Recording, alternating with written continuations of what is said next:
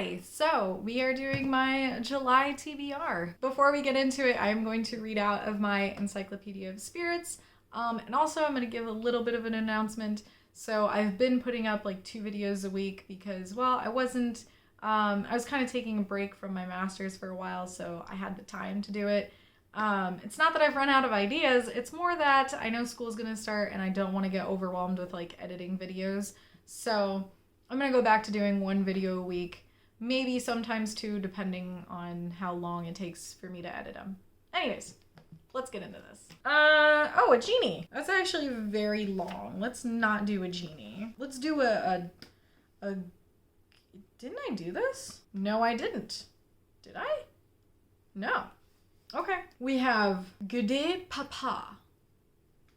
Classification Gude. I don't know if it's Gude or Jude. I don't know. It seems French because it's got the accent. Papa Gude is the leader of the Gude, landlord to the cemetery, its spiritual superintendent.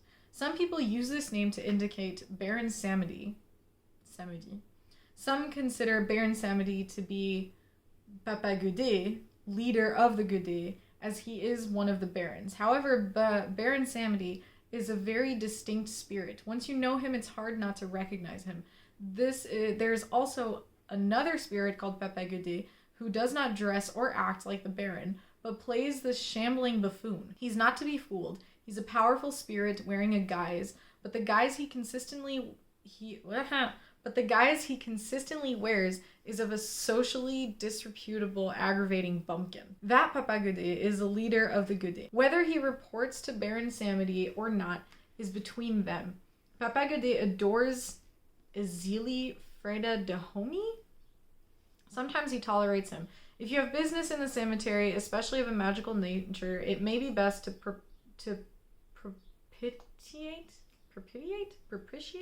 I don't know how to say that word. Papa Gude.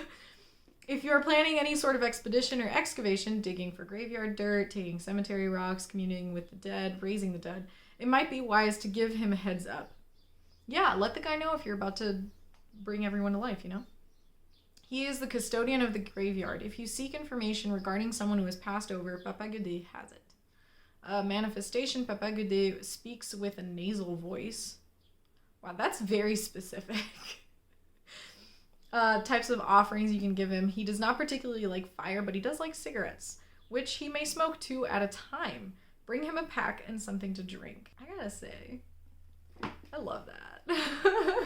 Into the TBR we go. So, I am very ashamed to say this, but I am once again pushing back a book. Now, it's not the end of June yet. Like, I'm halfway through the month now. Well, I don't know if it's halfway. Probably a little more than halfway. It's the 20th today.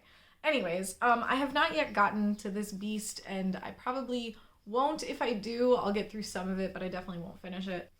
House of Sky and Breath is on the July TBR now, but I will get to it. I promise. I will get to it in July. I'm actually trying to lessen my TBR so that I for sure will get to it because it is massive. So yeah, just another pushback.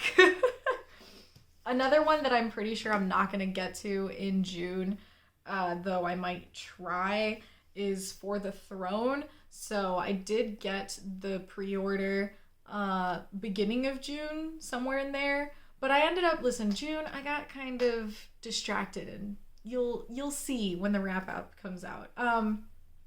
Yeah, I'm going to push this one into July. So we have 2 books that I technically had on June and I'm just probably not going to get to, so I'm pushing them into July to give myself time to actually get to them. I am excited. They are sequels. I know that For the Throne is technically the end of the duology. I didn't know it was a duology. I thought it was going to be a series or a trilogy, but it is a duology, so I am really happy that this will kind of conclude the story. Again, I didn't love the first one, but I did really enjoy it, and I am curious what happens because the way the first one ended, I was like, ooh, I want to know what the fuck is happening now. So I really hope that it will give me everything that I desire. A book that I am adding onto my July TBR, and this is mostly thanks to Lorena over on @LoreBookDreamer on Instagram, and it's The Poppy War. So we're gonna buddy read this one, and I told her that I really wanted to try and get to my books that I had planned for June. So I pushed it back a bit into July, but we are going to read The Poppy War together, and I really hope that it is everything that everyone says it is, because I haven't seen a single person say that it's bad. Like, I know I say that about some books, but I literally haven't heard a single person say this is bad. So I hope it's really good, and I know that R.F. Kuang is coming out with her book Babel sometime this year, so hopefully I fall in love with this and I end up wanting to read her. I think it's going to be a standalone. Then, of course, I have my book club read for the month with my local library, and for the month of July, it will be The Silent Patient by Alex Michaelides. Pretty sure it's the same author who wrote, I think it was The Maidens, and I remember reading that one, kind of enjoying it. Like, it was just meh. I've heard that The Silent Patient is a lot better, and that it's a lot more psychological, it's a lot creepier, so I am excited for this one. I can read a little bit here. It says, The Silent Patient is a shocking psychological thriller of a woman's act of violence against her husband and of the therapist obsessed with uncovering her motive. That sounds really interesting, just off the first line. So there's that one. Then, when was it? Like 2 weeks ago. So Ryan and I have been going over to our friend's house to watch Obi-Wan Kenobi, because they have Disney Plus and we don't. Anyways, we went to meet up for drinks, and they had a friend there who likes to read, and I told him that I liked reading horror as well, and he was like, oh, have you read Kurt Vonnegut? Or Vonnegut? I don't know how to name. I don't know how to name. Kurt Vonnegut? Yeah. He asked me if I ever read anything from Kurt Vonnegut. I thought I did. Like, the name was familiar. I was like, maybe I have. But then I, like, searched on Storygraph. I was like, no, I've read nothing from this author. And he's like, you have to read Slaughterhouse-Five. And when I looked at it, I was like, it's only like 100 pages. He's like, yeah, it's really short, but it's great. It's the way he pitched it, he said it's fucked up and it's funny. So read Kurt Vonnegut. So I have added Slaughterhouse-Five. He said it was his absolute favorite, and I was like, fuck it, it's only 100 pages. Why the fuck not? So I will also be reading that, getting it from the library. And the last book I'm going to add to July is Exit Strategy, which is the 4th book in the Murderbot Diaries. I have been really enjoying kind of exploring the universe with Murderbot and seeing where this is all going. It's definitely like, I just want to know what the fuck happened to this robot. At this point, I'm like, I just want to know what happened to you. And I want to keep seeing you build connections with humans or other robots. And I just want to know. I just want to explore. I want to be with Murderbot again. So I will read.